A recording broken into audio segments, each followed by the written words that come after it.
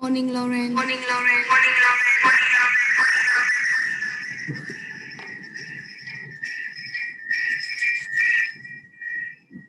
Hello, good morning. Oh, hello. Can you hear me? Yes, I think you have a bit of an echo in your sound. Yeah, because we have two people in one room. So Dương will mute. Em tắt thử với Morning,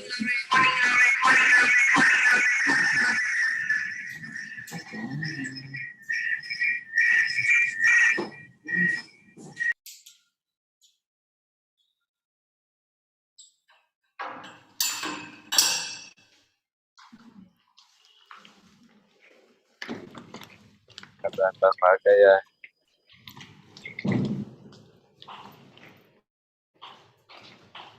chị ngồi luôn góc này nhé.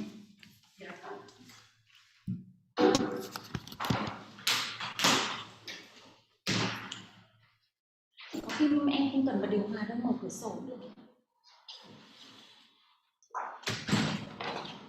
Tại vì em mát à? Em mở cửa sổ. Mở đây rồi. Thêm một cái đấy nữa cho chị. Ui trời. Đây là nóng để chị không một điều hòa cũng được. Ok.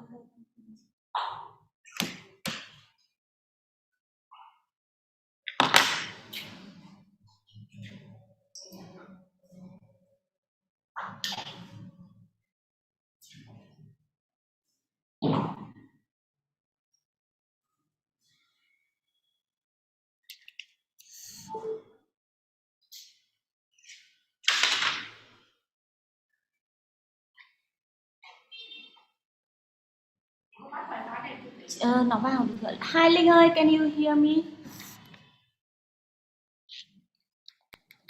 Yes, chị. Okay. Have you set the translation?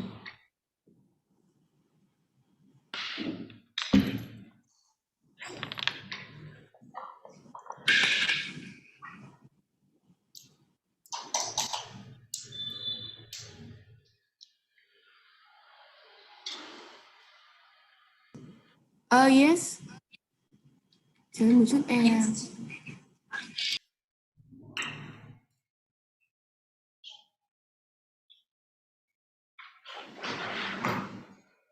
Did you sign invitation for translator?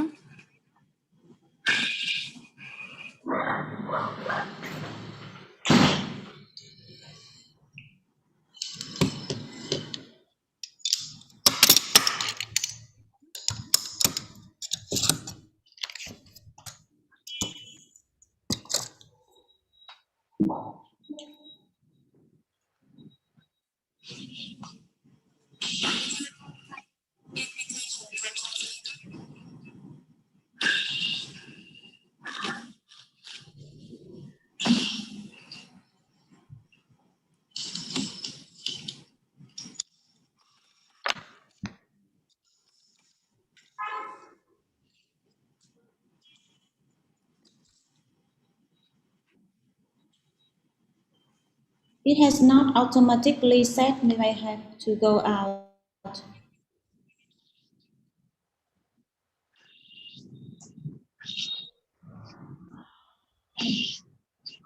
Maybe I have to go out and try again.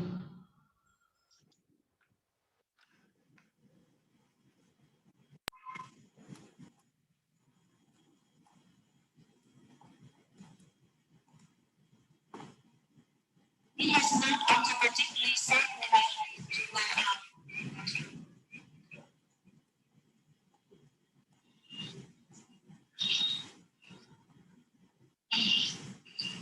Maybe I have to go out and try again.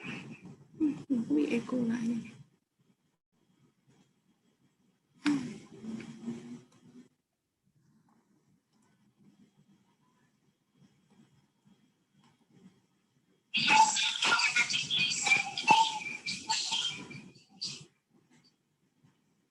Linh ơi, it doesn't work. Can you assign again?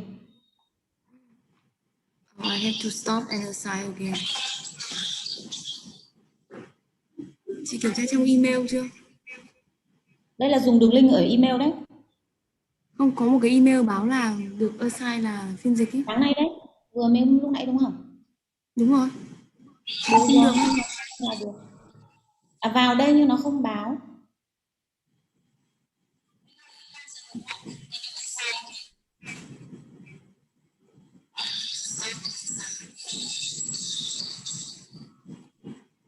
Sao ở đấy dùng nhiều loa à?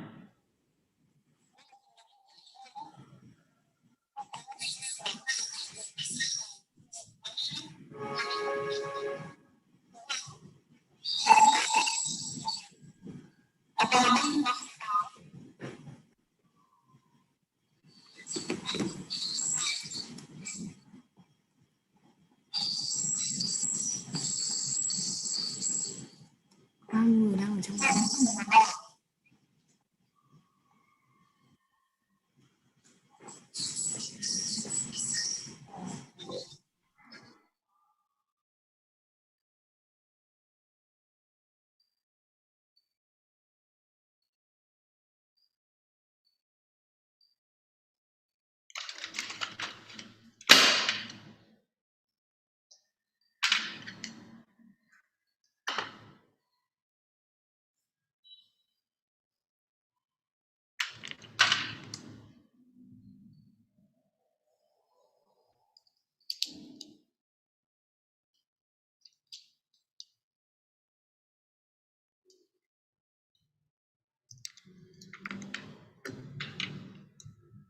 Chắc là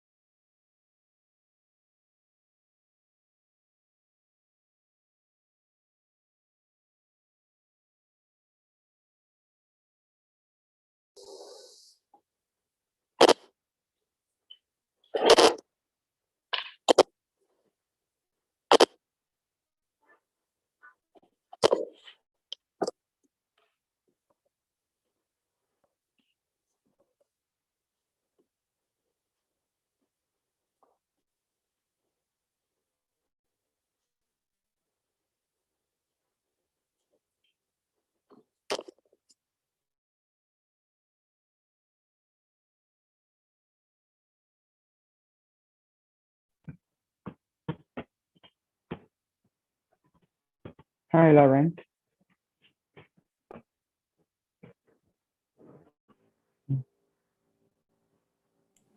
Yes, good morning. Morning, Laurent. I think we can start now, Laurent. Are we ready? Yes, we can all ready. Okay, give me 30 seconds, yeah. Sure.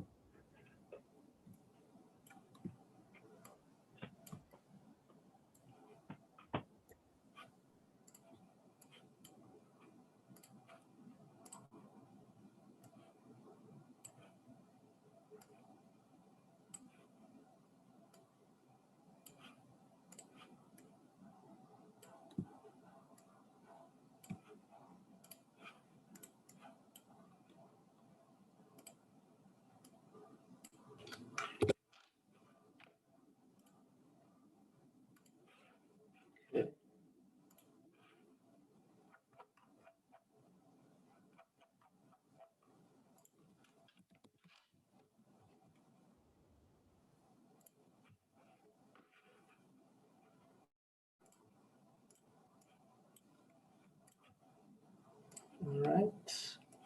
Can I share my screen? Is that okay?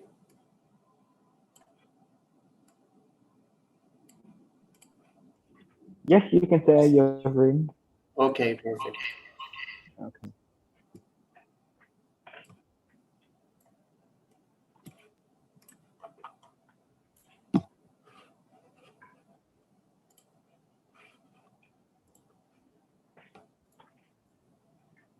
Okay.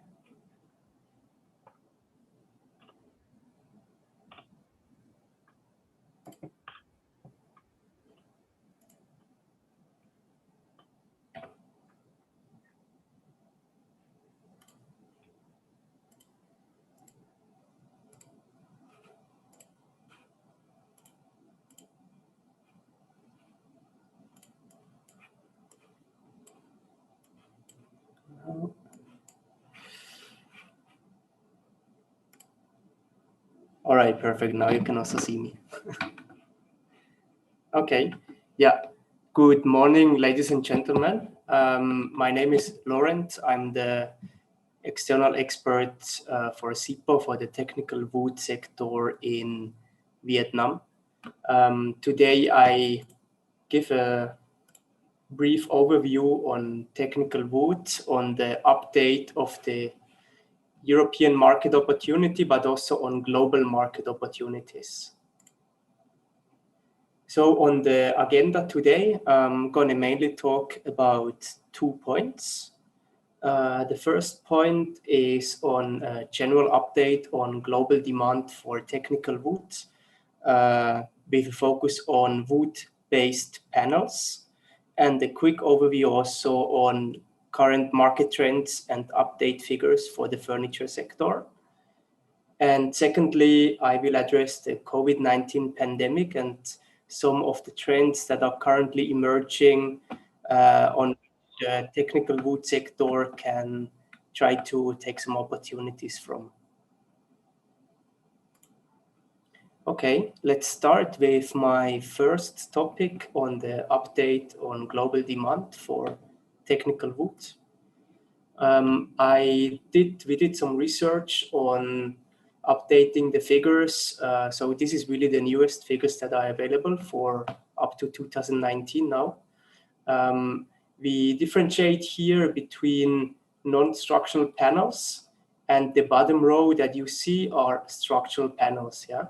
What we are showing here is the production, the trade, and the consumption behavior and trends from 2015 to 2019, divided into 3 different areas. On the left here, you see the European market.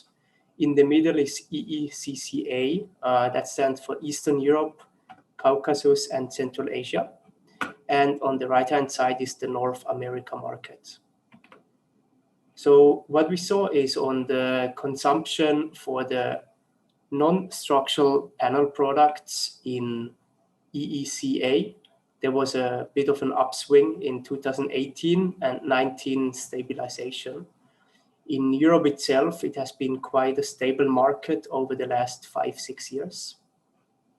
And in North America, from 17 to 18, there was a little bit of a smaller demand, but then 19 was pretty much stable compared to 2018. Yeah. When we look at the structural panel production and trade and consumption, for Europe has been quite stable, steady growth. In the Eastern Europe, Caucasus, and Central Asia, we had a bit of a higher demand in 16 to 18, and then again a stabilization to 19, which correlates also with the non-structural panels when you compare to the top graphic. And then in North America, in retrospect, when we look from 17, 18, the non-structural panel products, there was a bit of a lesser demand in the consumption, but the structural panels, the consumption went up here, and then 19 a little bit down. Now, important, I think, for Vietnam is also to look at the light green area, because that indicates the imports of these markets. So when we look at these areas itself, we have pretty much a stable imports in EECA areas or for both kind of products. We have a growing import for the non-structural panel products in the North Americas, as well as in North America for the structural panel products. And in Europe, there was actually quite a big growth in imports when you look at the structural panel products. Now, when we look at who are the top 10 wood-based panel importers as well as exporters. So on the left side here, I summarized the top 10 extra-regional wood-based panel importers. So Japan was number 1, yeah, with a higher focus on structural wood panel products, then followed by South Korea, which is importing more non-structural products. The same as China has a similar trend. They also import more non-structural products. Malaysia is importing more of structural products. And Vietnam itself is currently on number 6 for the biggest importers, whereas current focus is on non-structural products, but also quite a significant amount of structural products. Now, when we look at the exporters, Vietnam is not yet in the top 10 here. So we have China is then the top 1 market for exports. Interestingly is now they export quite a lot of structural products, followed by Canada, followed by Russia, Germany, and then our neighbors, Thailand, which is mainly exporting only non-structural products, Brazil, and then Indonesia is the other way around. Indonesia is exporting a lot of structural products, such as structural plywood, and similar to Malaysia then. So this is a bit quick overview on who are actually the top 10 importers and exporters in the wood-based panel market on the global landscape. Now, interestingly, and I think I highlighted that in a previous seminar that I had a few months ago, is when we differentiate between the structural products and the non-structural products for panels, now in this case here, there is a significant difference on the value per cubic meter that the products are being traded. So the non-structural products, import as well as exports, are somewhere in the region of $150 per cubic meter, while the structural panel import and export is a bit more volatile. So we had in 16, it went down a bit more. So it seems the non-structural panel market is a bit more stable, less volatile. But the structural panel market on the top here is basically much more added value, right? So if we try to focus on added value here, if you are able to classify and get your products into structural markets, you can achieve also much higher US dollar per cubic meter rate on the global market, as highlighted here. Yeah. Just that we all know what we are talking about here. The wood-based panels for this market are considered the plywood market. We have particle boards, and under particle boards, we have OSB panels. And then the third category, what I'm talking about here, is also the fiber boards, which are classified as either hard boards, MDF, HDF. MDF stands for middle density fiber boards or high density fiber boards. And the third category under fiber boards would be other fiber boards. So these all products here are about the wood-based panel market that I have been talking about now. Now, going from the wood-based panel product, just a quick overview, because Vietnam current main strength in the wood industry is also on the furniture side. On that, you are very strong. And this one here is a quick overview on the value of wooden furniture imports and market share of supplying regions. So that's the top 5 importing countries. We have the top 5 importing countries at the moment is the US, Germany, France, UK, Japan. So those are the 5 biggest importing countries for furniture at the moment, up to 2019. Yeah, 2020 data is not available yet. And the biggest market share of supplying regions, we have here Asia, Europe, North America, Latin America, and others. So when we look at the US market, Asia has a very big share. So the US market is quite important for Asia furniture exporters. Germany, it's still dominated by European suppliers at the moment. So Asia is currently around between 17.2 to 18.6 market share for supplying towards Germany. We have basically a similar tendency in France. The biggest market share of supplying region is from Europe itself, which is around 3/4, while Asia is between 22 to 26.8%. Now in the UK, Asia is getting much stronger again. Here we almost have a 50% market share, a little bit above that. And then Japan is more than 90%. Yeah. So about potential markets, it seems US is already a very established and important market for Asia, and the same as Japan and UK. In Germany and France, probably there would be some potential of trying to increase market share in these areas. So this is to give you a quick overview on the global landscape and current trends that I mentioned before on wood-based panels as well as furniture. Now I'm coming to my second topic. It's about the COVID-19 pandemic, and then also the trends that we can see currently that are ongoing for probably also opportunities for the technical wood sector in Vietnam.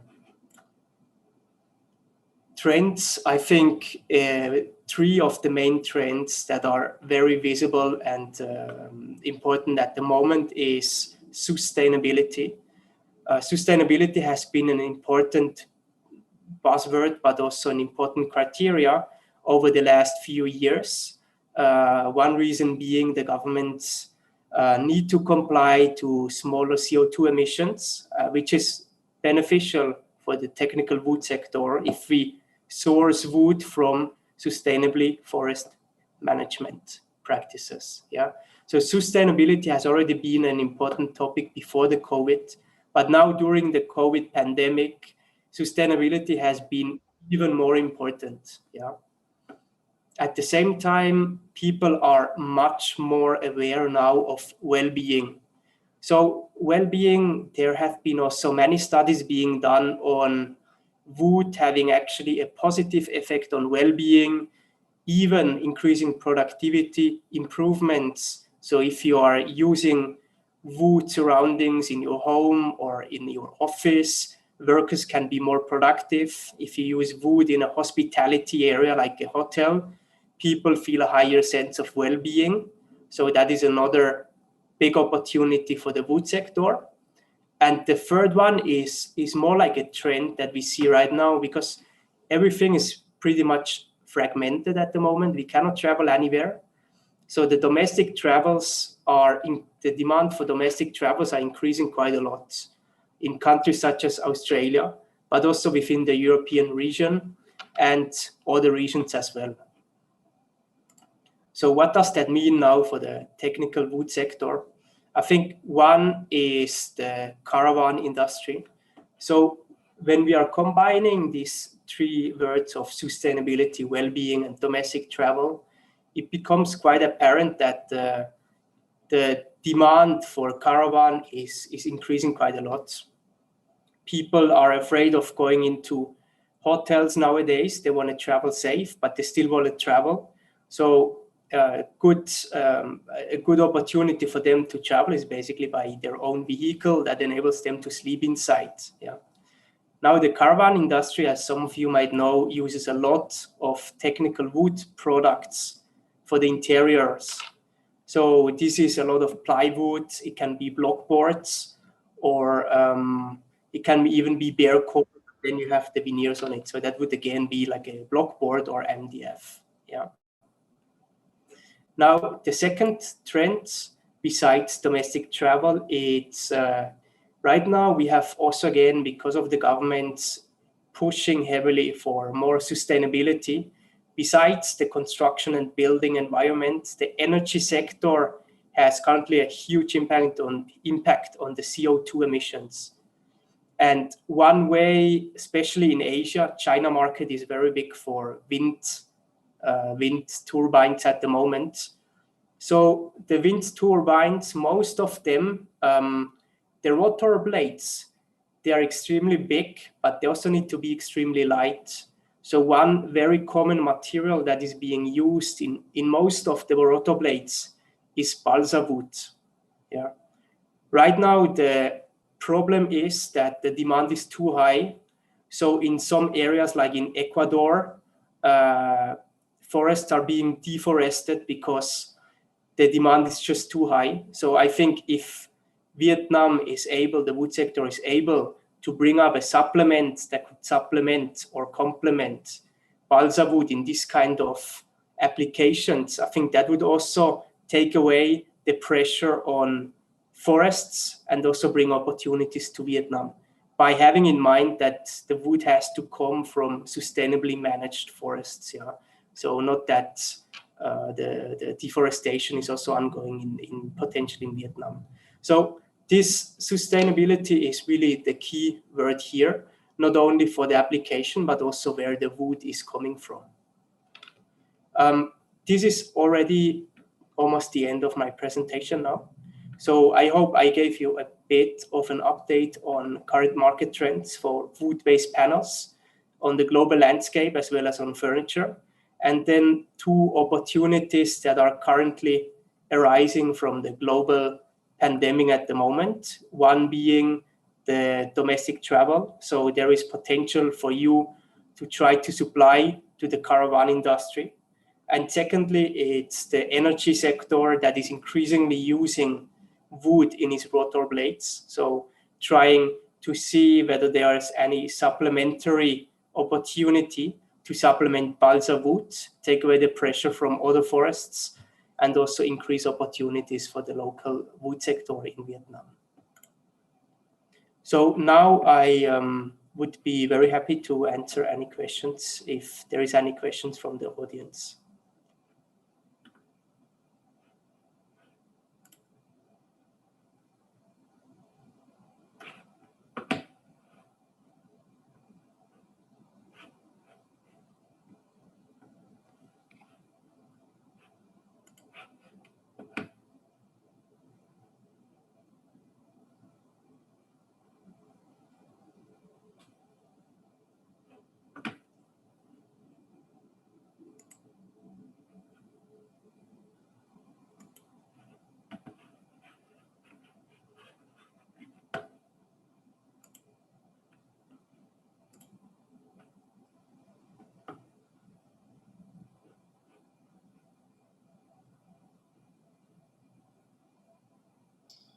Hai Dương ơi, can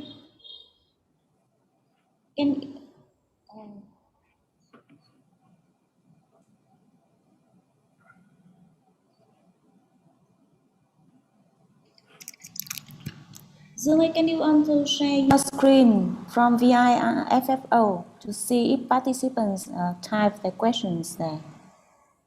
Yes, Because I will. yeah.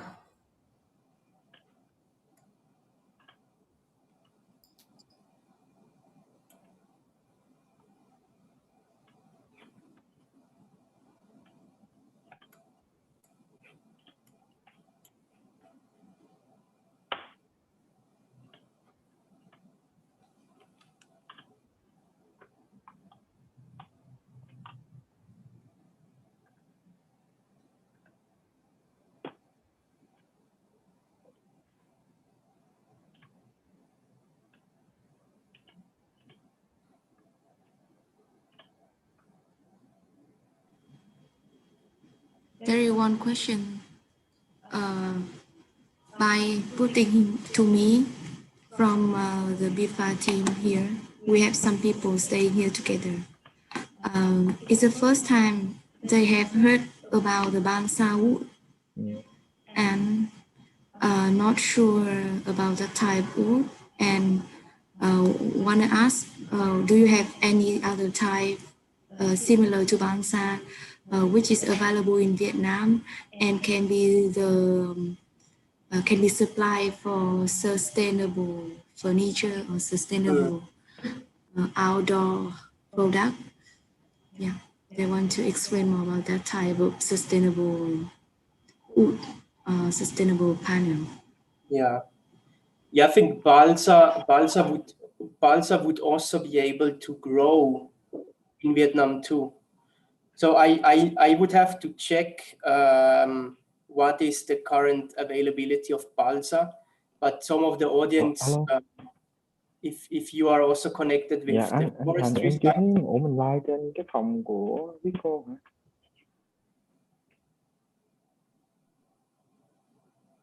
Yeah, so if you are also connected with the forestry sites, I think you can also directly reach out to your source on checking on availability of balsa. As far as I'm concerned, balsa also does grow in Vietnam. However, I would have to also double check on what would be the current availability of balsa and what would be, to Lynn's question, Biva's question, what would be possible supplementary wood species that are also available in Vietnam, right? When we look at your neighbors in Indonesia, they would have other fast growth, because balsa is extremely fast growing and it's very light density. And because it's such a light density and still relatively strong compared to the density, right? So the strength weight ratio of balsa is really good. That's why they use it in this high performance application for the windmill rotor blades. If you look at other fast growing wood species in the region, there is something called Senggon in Indonesia. That's more the trade name in Indonesia, which should also grow in Vietnam too. Another would be Chabon. Both of them are a bit above balsa, but that also means that probably the strength should also be higher. So there could potentially be some supplementary products to the balsa wood species. Yeah. Thank you, Lauren. Dương ơi, any question from the other box?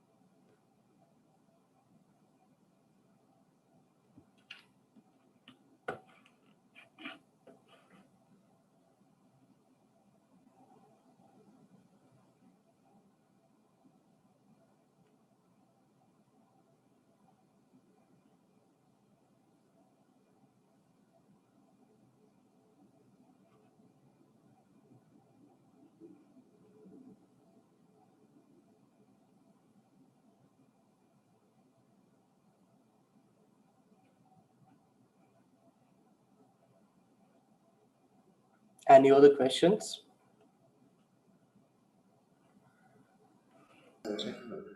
Hi, Laurent. Can you suggest what I think, because these are new and not new materials for Vietnam, like structure or non-structure both, but maybe the quality. There need to be some more attention to improve the quality. Can you have any advice for the producers, for the manufacturers? What can be improved so we can reach higher value market? Yeah, I mean, one key parameter to consider for all the producers in Vietnam is you need to be aware of to what region you want to export. So when you are looking at, maybe when I go to, let me see here.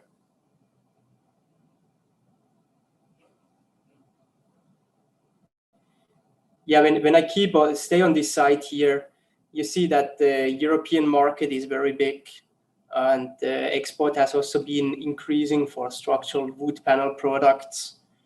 And at the same time, you also see that North America market is also getting bigger.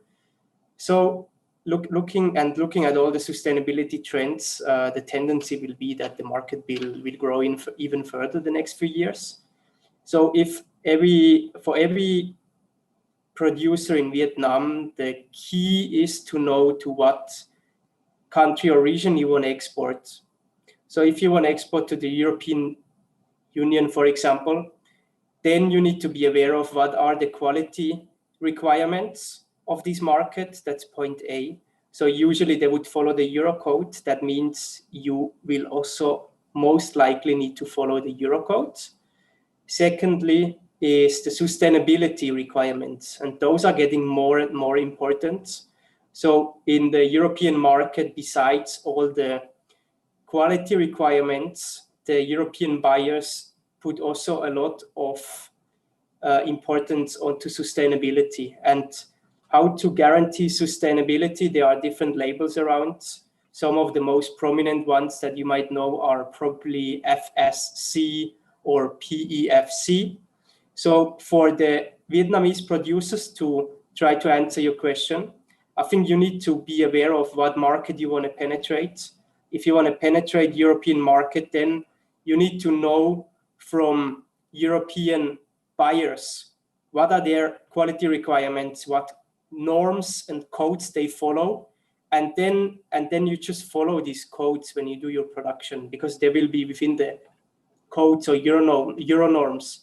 There will be the requirements written for the different products.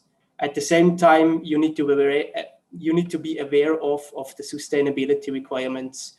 So if you are able to get FSC or PEFC certification, that will also open up quite big market opportunities for you if you want to export to Europe, but also if you want to export to the US.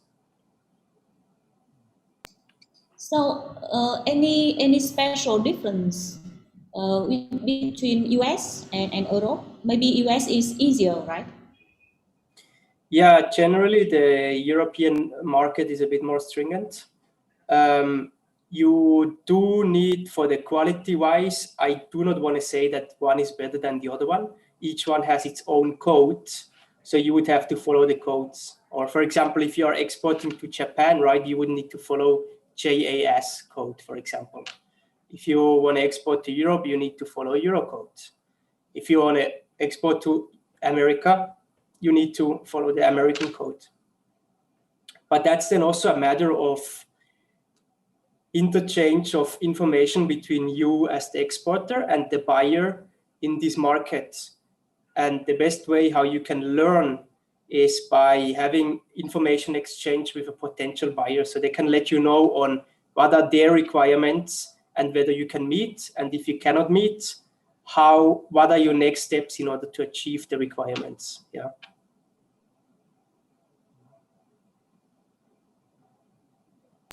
Hi, Laurent. We have received questions from a participant.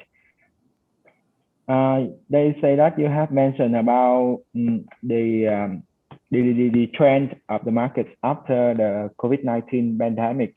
So they asked about what is well-being related to the wood processing, because you have mentioned about the well-being factor after of the trend of the market. So Yeah. what is the well-being related to wood processing?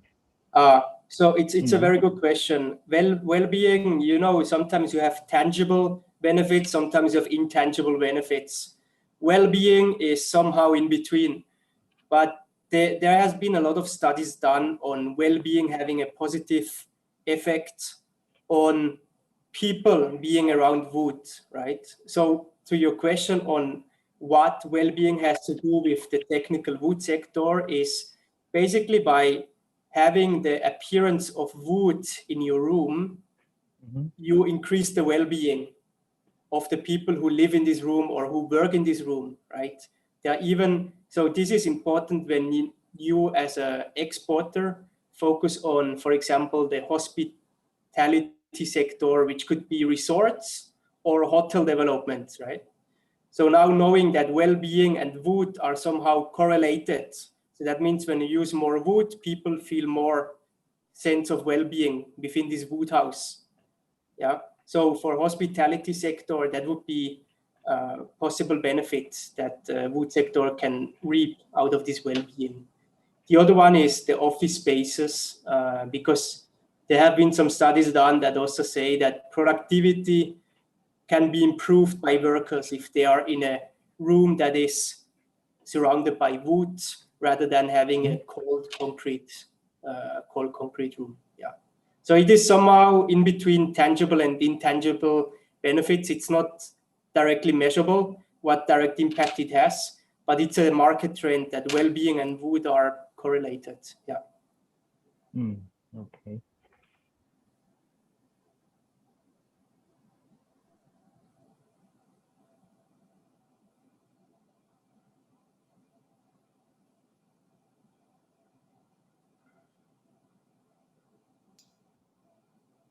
Normally, Laurent, just according to your overall or maybe general knowledge, is there any difference between timber for housing and for hotels and resorts, or for public buildings, or they just follow the same because it's for people, for human? Could you try to rephrase your question? I'm not sure if I fully understand the question. Yeah. We are talking about different, let's say, categories of usage. So we can have a house for residential. We have a house for, you said, hospitality. Mostly now we talk about technical wood or structural panels for public buildings. Normally in Europe, is there any big differences between the standards across these categories of usage? Yeah, there is, but for the producer of the product, there is no difference. So the producer of the product does not need to be much concerned about that, right? That is then more the concern about for the engineers, because you have different design or engineering parameters that you need to take into consideration if you are engineering or designing a building that's a public building, or that is a residential building, or that is a hospital building, and so on. So it's more on the design and engineering. So that's more a concern for architects and engineers. But for the producers, they would follow the product code, and within the product code, you wouldn't differentiate to what type of building you are supplying to. Yeah.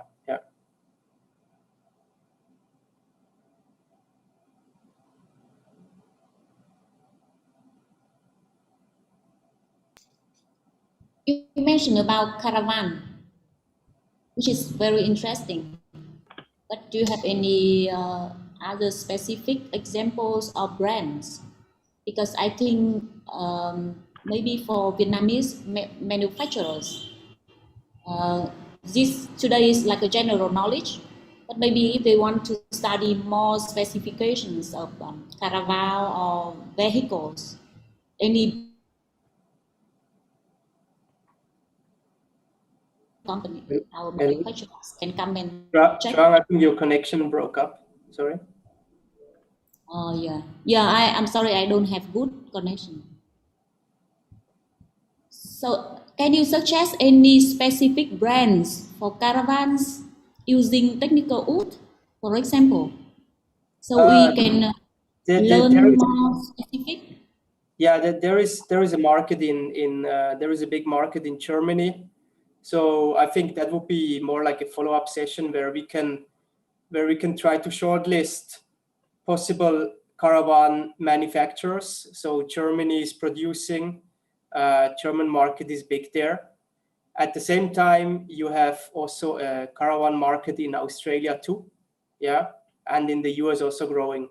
So the question on caravan industry, I think that would be more on a follow-up session where we can try to organize or where we can try to shortlist potential caravan players who are also interested to get to know more about potential suppliers from Vietnam side. Yeah. Yeah, I think that's a great suggestion. We can have a follow-up survey like that to learn more needs from the manufacturers. Yeah. We can have other follow-up sessions. Thank you.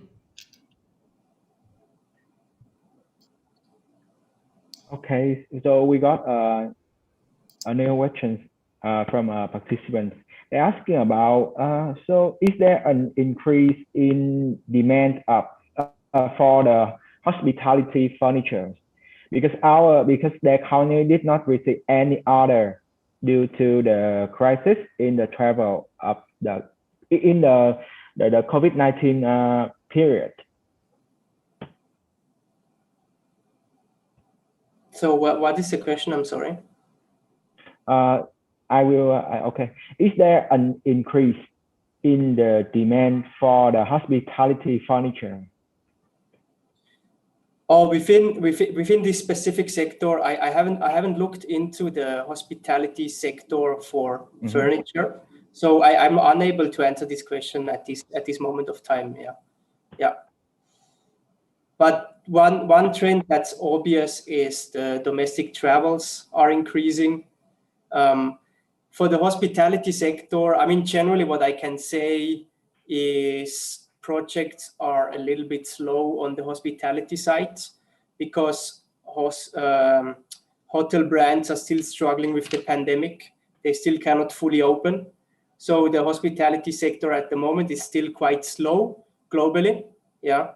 But to answer your question, whether there is an uptrend or downtrend at the moment, I believe it's a bit stagnant. Compared to last year, probably it's lower, but I cannot quantify this without doing the research on this specific field. And is there any special technique and material for the caravan? Yeah, caravan, that's a good question. So caravan, you can imagine, it's even the trains too. So anything that's about mobility for public transportation or caravan, it has to be as light as possible because that means you're burning less fuel when you're driving around. So anything that's very light, they are very interested in. That is why light wood, plywood, for example, is very commonly used for the caravan industry. Another one would be something called block boards. So you have light wood, bare core inside, and then you would add on a high value added layer of a higher grade veneer or even a higher density fiber on top of the bare core. So you still get quite a luxurious or a good outer layer, but in the inside is very light. That's what they look for. So it's a combination of light technical wood panels such as plywood, bare core block boards, and then on the outside having a good finish layer with good quality. Yeah.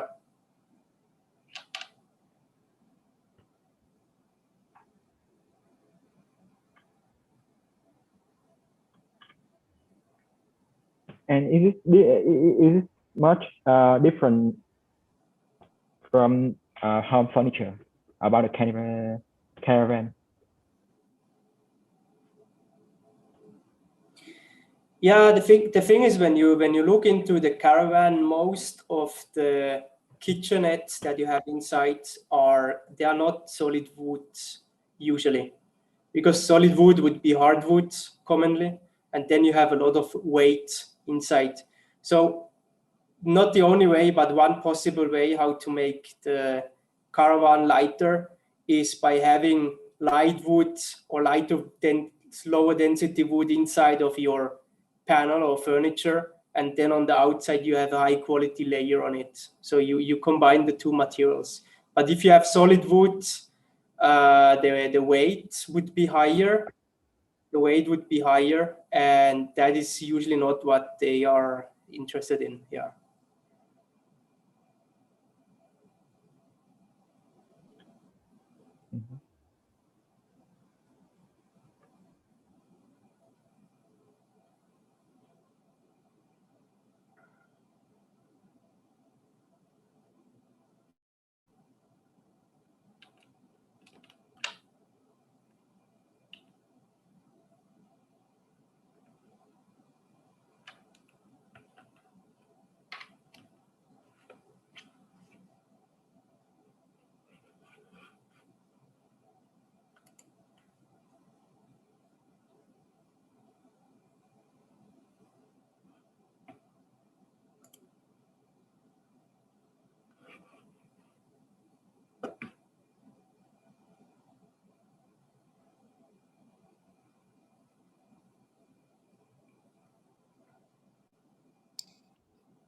Okay, we have just had one new participant in this Zoom.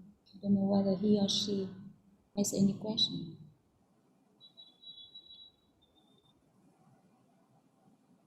Oh, maybe Laurent, in your current slide, I remember when you introduced about this, you mentioned about more opportunities for structural panels. And do you see any reasons behind this higher opportunity? Because it's growing faster, right? Yeah, one reasoning is that the quality requirements are getting higher, and the demand for structural applications is growing. I think that's also the technological advancements in the wood industry that have been achieved during the last few years. So let's say 10, 15 years ago, the know-how was not at the level as it is at the moment to achieve structural panels from wood-based that are still price competitive with other products on the market that are not wood-based. Yeah.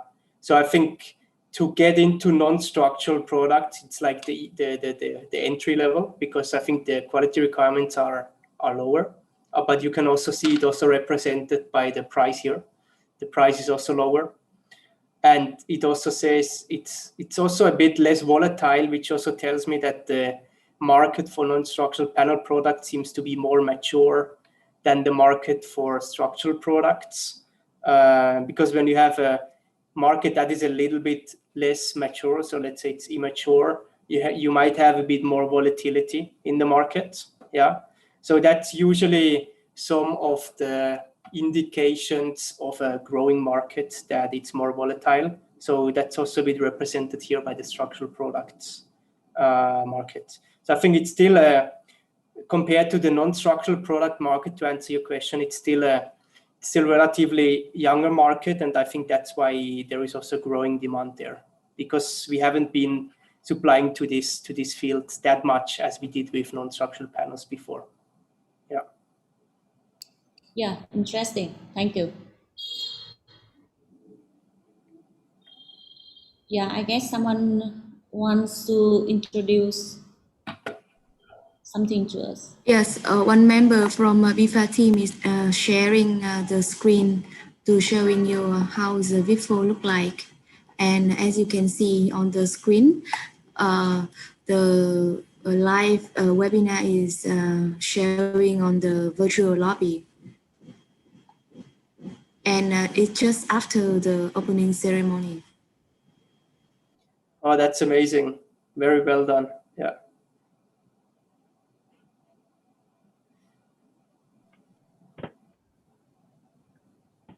Can you find?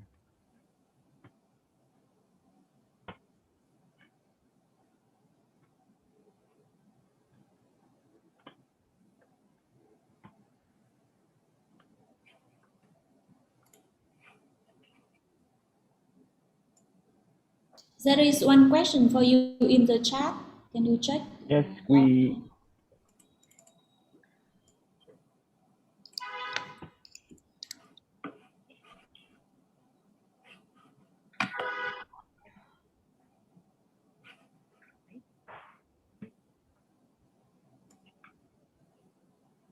There is question from Lucy. Hi, Lucy. Okay, I see your question. It's any wood product import to EU must have documents that meet EUTR standards. So what is the most important documents of thing that EUTR needs? I think that's something I will follow up with you after this call, if that's fine. So I will send the response to Duong Nguyen on the EUTR and some breakdown for you to answer your question. Yeah. Okay, so yes, I will have to share that document to Lucy. Yeah, please make sure you have email address of Lucy. Yeah, Lucy, can so you we got type your email in this chat so we can send to the right address? Thank you.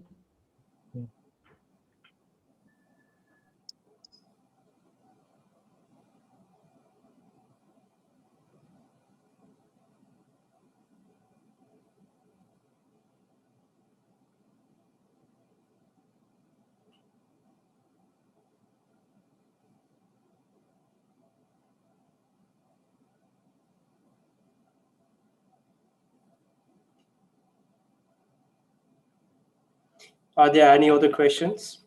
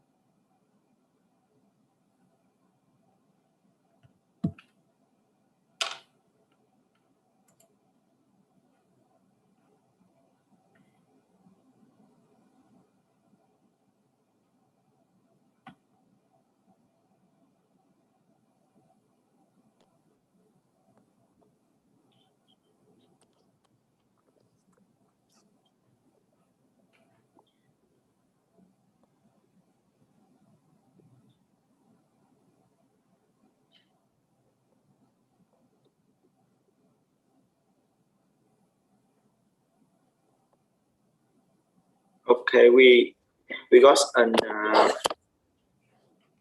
questions from Long TV. They like please explain again the new demand for the new equipment like turbine you have mentioned.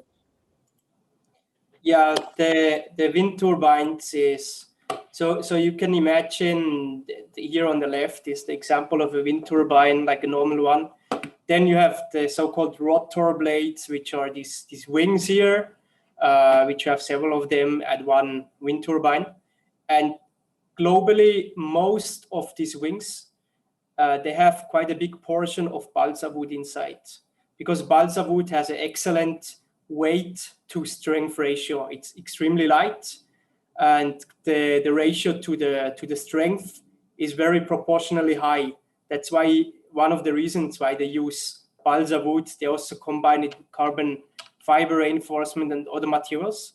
But balsa is one of the wood there. So just to repeat what I mentioned before is there is a extremely big demand right now globally, in China as well. China is producing and installing very heavily these wind turbines. Due to the big demand, however, there was also a recent article, I believe it was in The Economist, the UK newspaper, and they wrote that in Ecuador, this balsa demand leads to deforestation. So I think we do have currently a shortage in supply, which leads to deforestation, unfortunately. So that could potentially be an opportunity for Vietnam to see whether you have any supplementary wood species that can supplement balsa wood, you know. But then also keep in mind your wood has to come from forest that is sustainable managed, not that you have the same outcome like what's happening in Ecuador at the moment, where growing demand is leading to deforestation. Yeah. So that was, in a nutshell, quickly, that was what I was talking about on the wood turbines.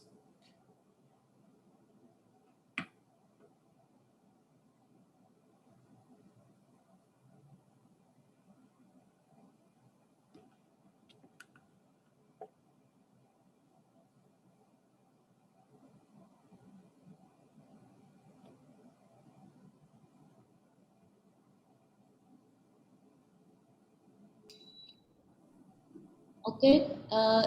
Do you have any other questions? Link, can you check on the YouTube channel? And Dương, any questions from the VIFFO channel? So Laurent, you notice that today we have actually 3 channels at the same time. Okay, that's great. Yeah, because BIFA put this on like VIFFO and then also YouTube live.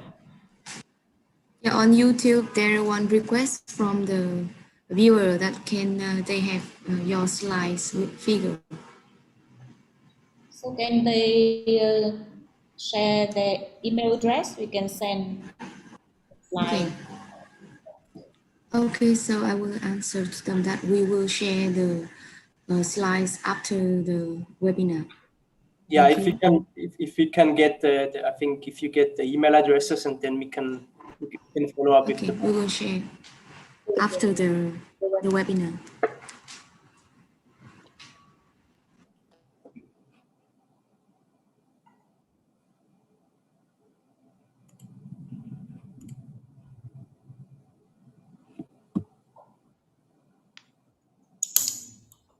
Okay, so no question on VIFFO.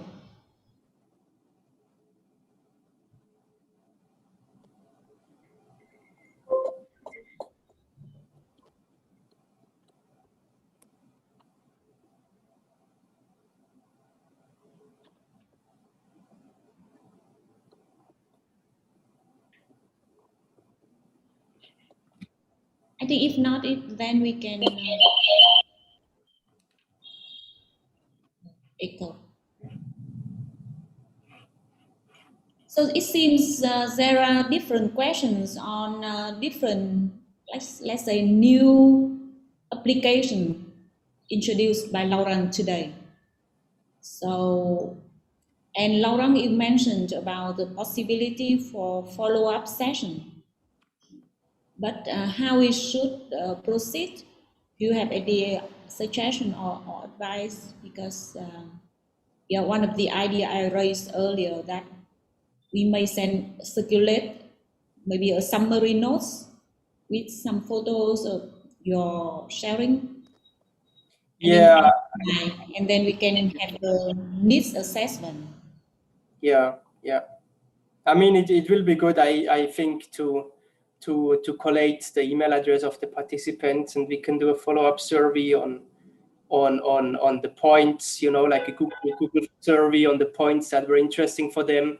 If they have any comments, remarks, and if we do any follow-up sessions, what kind of follow-up sessions the audience would like to have.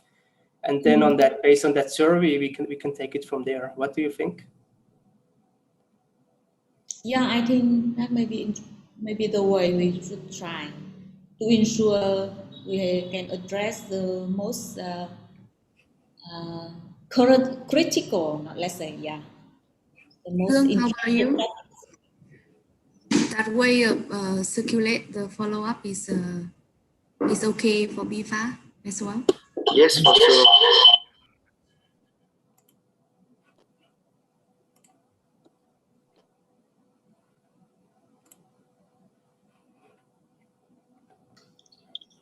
Yes, so I think we already agreed what we can do, like a next step after this, after today's session. Okay. So maybe we have the last. Maybe we have the last one. So Laurent, we will BIFA will try to collect some other questions and also their email. So maybe we can follow up with them and also share to you if we have any other questions.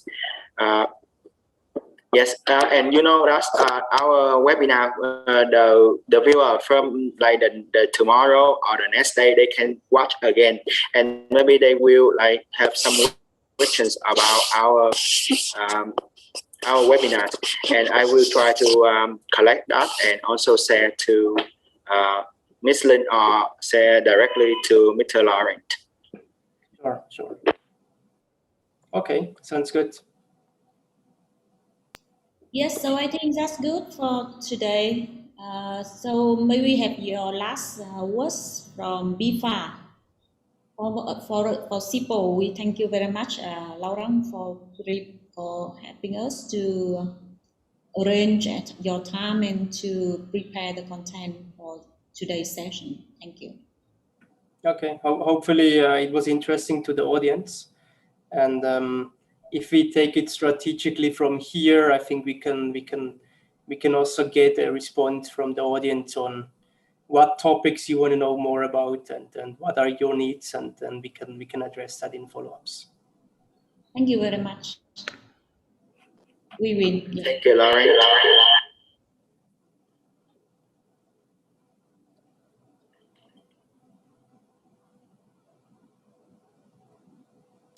So thank you very much. I think we can close the session now. So you can catch up with your next schedule, Laurent. We know we have. Okay, thank you, Laurent, and our yes, from like representative of BIFA and also the VIFFO organizer. We really thank you for your time, your content. I think it's really interesting and maybe really nice for the maybe on the tomorrow they will watch again and maybe they will have some questions for you. So we try to collect and also share to SIPO and maybe share to Mr. Laurent. And again, thank you for your time. Okay, thank you for your arrangement. Thank you very much for the organization. Thanks. Thank you. Bye.